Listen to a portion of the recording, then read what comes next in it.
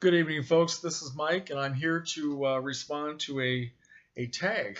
I got tagged by my good friend Shannon Riddler. Hi, Shannon, who has asked me to do the My Life in Movies tag. Now, this is something that's been going around for about a month or so, and it's very similar to one that many of us did, I think, about 2 or 3 years ago. So a lot of the questions and the answers are going to be exactly the same. My answers haven't changed that much, but a lot of it's different. So I'm very happy to do this. Thank you, Shannon. Let's see. The first question is first steps. What is the first movie that we remember seeing as a kid? Well, for me, this goes way, way back to the year 1956. Since I am as old as dirt, it does say old man on my t-shirt here. So 1956, I was 5 years old, and I remember going with my family to see a movie. It was a Walt Disney live action film called Westward Ho! The Wagons, which I remember almost nothing about, and I haven't seen it since in all these years.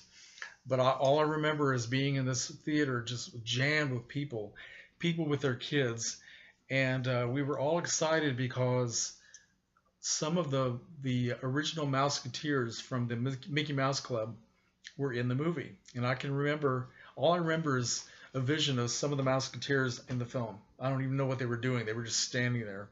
So that was my first experience of going to the movies. And if you don't know what a Mouseketeer was or what the Mickey Mouse Club was, I really can't help you. But that was a big thing back in 1956. So, all right. We also went to see, my family and I went to see the Ten Commandments that same year, but I don't know which one came first. I'm pretty sure it was Westward Ho! The Wagons. Okay, the second question is a teenage crush. What movie star did you have a crush on when you were a kid? You know, I remember that I answered this question the same way. I really don't remember having any kind of crush or fixation on anybody. To me, the people up on the screen were all gods and goddesses, and I didn't really think of them. And for some reason, I just didn't think of them that way. So I don't know. I can't really give an answer for that one. Okay, number 3, bad choice, good outcome. A movie that you wanted to hate but end up liking. Okay, this is a good story. Let's see. This is back in the 1990s, and I remember I was spending Christmas Day with my family, and for some reason the family situation was really negative and depressing that year, and I wasn't having a good day. Plus, I really hated Christmas for a long time, and for some bizarre reason, my sister brought this movie for everybody to watch. It was called Instinct, starring Anthony Hopkins. And I watched about 30 minutes of it, and it was so depressing. I just got up and said, "That's it. I can't watch anymore. I got to go home. Goodbye," which didn't make everybody happy. So anyway, flash forward a few years down the road, and a very good friend of mine at work was telling me about his favorite book. It's called Ishmael by Daniel Quinn. Terrific book about a gorilla that actually talks and gives all kinds of great philosophy about the world and about life. And so I borrowed this book from my friend and absolutely loved it. So when I brought the book back, he said, "Did you know there's a movie based on this book? I'll bring it to you." I said, "Fine, I'd like to see it." Well, he brought me this VHS tape, and the movie was Instinct, starring Anthony Hopkins. And I thought, oh no, how do I get out of this? I do not want to watch this film. But I took it home out of respect for my friend, and I watched it with an open mind. Totally fell in love with it. I had to be in a better frame of mind to get it, to sit down and be patient. It's a fantastic film. So that was a wonderful surprise. Very nice, very wonderful surprise. That I thought I was going to hate this stupid thing, and I ended up loving it. And I don't own it, but I probably should get it someday.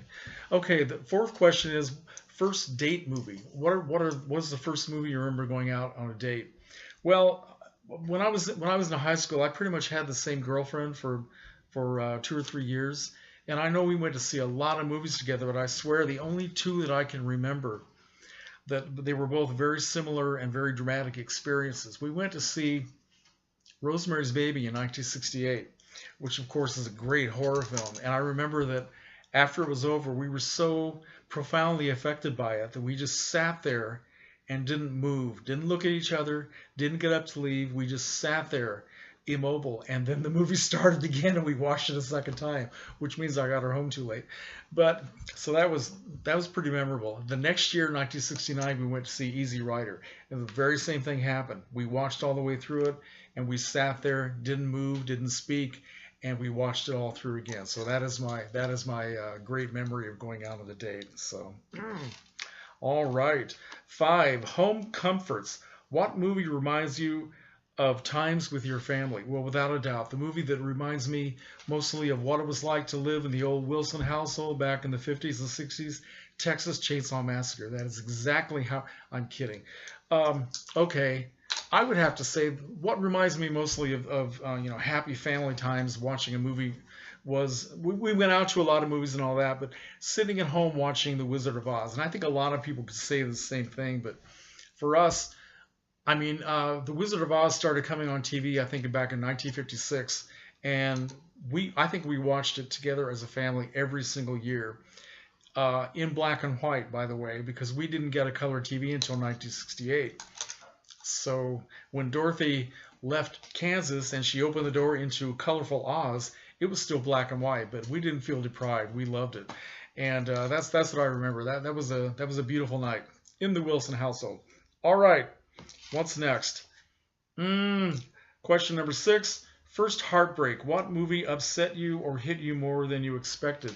Okay, I think that would have to be Saving Private Ryan, which I went to see with my father, and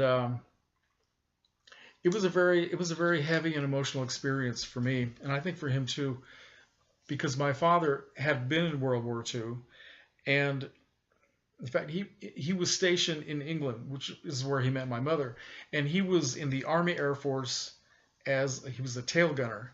And he was doing something to prepare for the invasion of France. Okay. And I know that he didn't go to that first invasion of Normandy and all that stuff. But I really don't know exactly what he did in the war because he never talked about it. But I do know that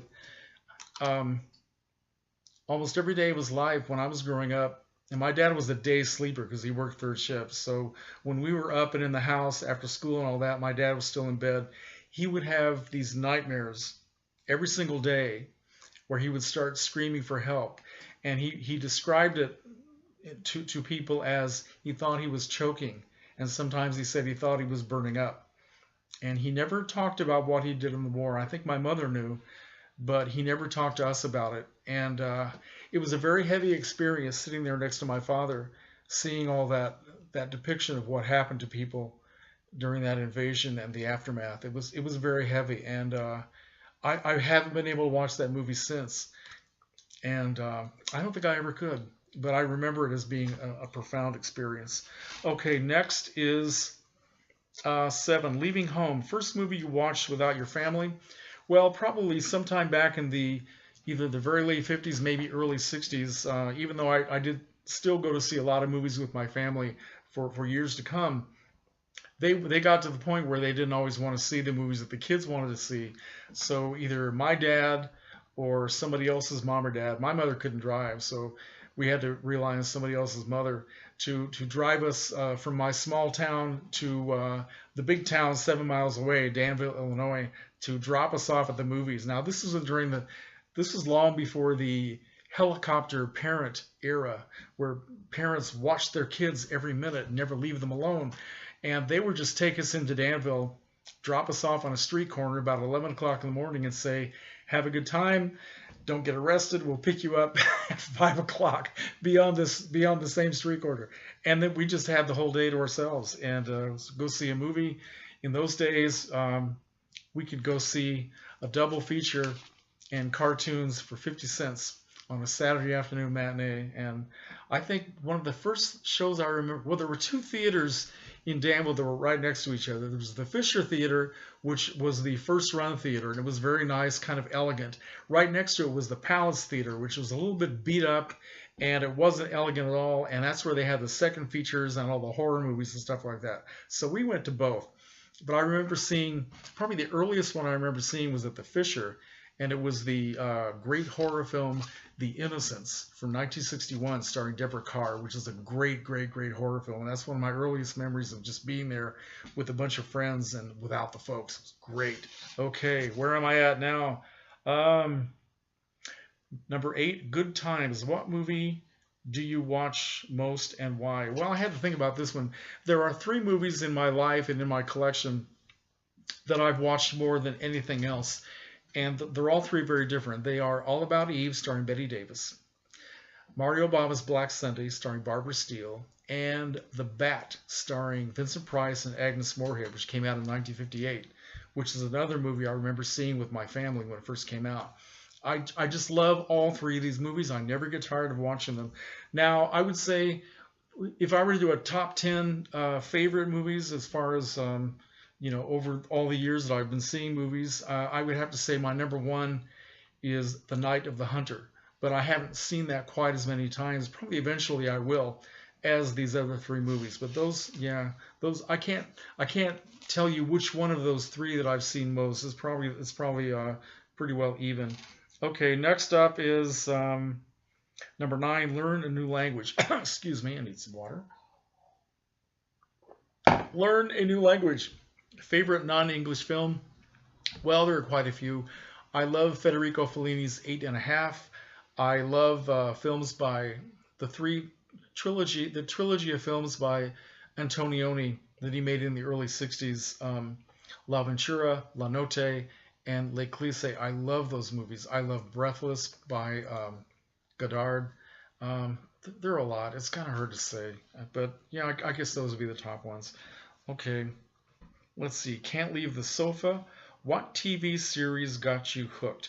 Well, now, of course, when I was growing up in the 50s and 60s, I watched TV all the time, and I loved a lot of great series and that I'm trying to collect now.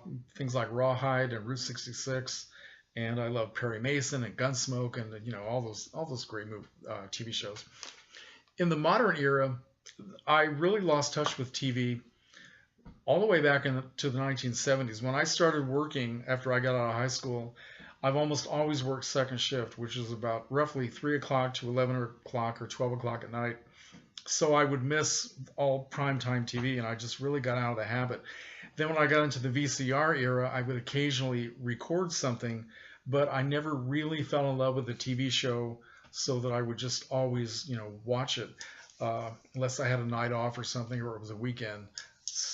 But I remember about 15 years ago, maybe, I got off work early and I switched on the TV to see what was moving, and there was Seinfeld, which I had heard about, but I had never seen it. And I sat there and watched one show and absolutely fell in love with it. So from then on, I started recording it, and now I have all the seasons on DVD. I can't remember.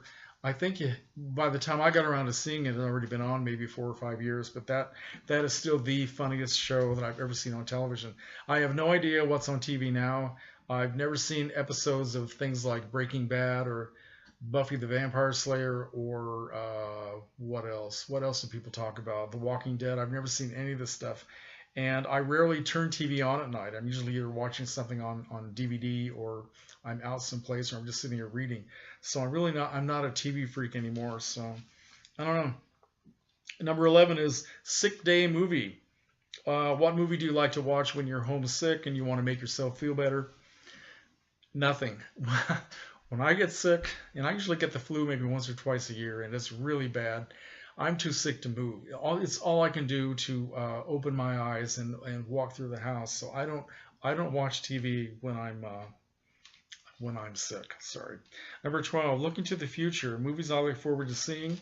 Okay, well, now I had to do a little research on this because I'm not really aware on what's coming up later on in the year. But I went to the movies last night. I went to see a film called The Lost City of Zed, which is really wonderful, and I highly recommend it. And they had previews of coming attractions, and there were 2 films that they showed that I'm really looking forward to. One is a French, I think it's either a French or a German film by a French director. It's called France, and that's spelled Frantz. It's a name. It's not the country, but it's a name. Directed by Francois Ozon, and it looked like a really interesting film. It's in black and white.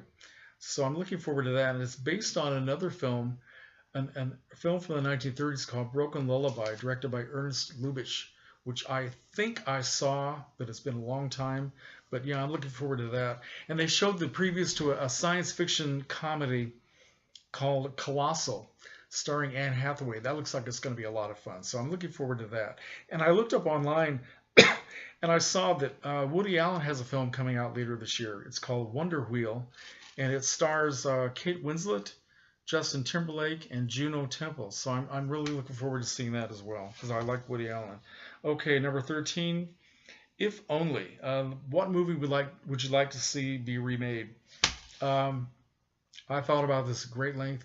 I would like to see Citizen Kane remade, starring Justin Bieber and Miley Cyrus. I'm kidding. I really don't think that practically any film should be remade because I think most of them are works of art and they should be left alone just the way they are. And that's just how I feel about it.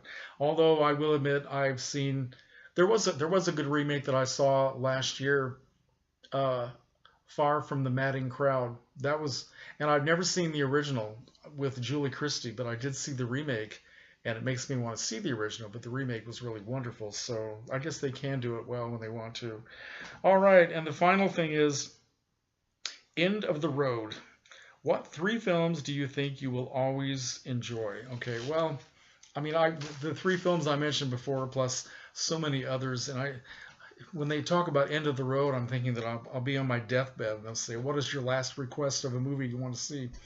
There are so many things I could watch again and again. I could watch Casablanca, anytime it's on. Woody Allen's Hannah and Her Sisters. I could watch that endlessly. Annie Hall. I love, let's see. Well, speaking of Woody Allen, I also love The Purple Rose of Cairo. And if we're going to do Mia Farrow, I could watch the film she made right after she left Woody Allen, which is called Widow's Peak, an Irish film, which is a wonderful, wonderful movie. There are so many. It's kind of hard to pick one. All the classic horror films, Fred Astaire and Ginger Rogers, Beach Party. I mean, they're just okay. I'm babbling now. You get the idea. So thank you, Shannon, for tagging me, and this was a lot of fun. I enjoyed doing it. And I'm going to tag anybody who's within the sound of my voice. You know who you are. And if you feel like doing this, please join in, okay? All right, good night, folks.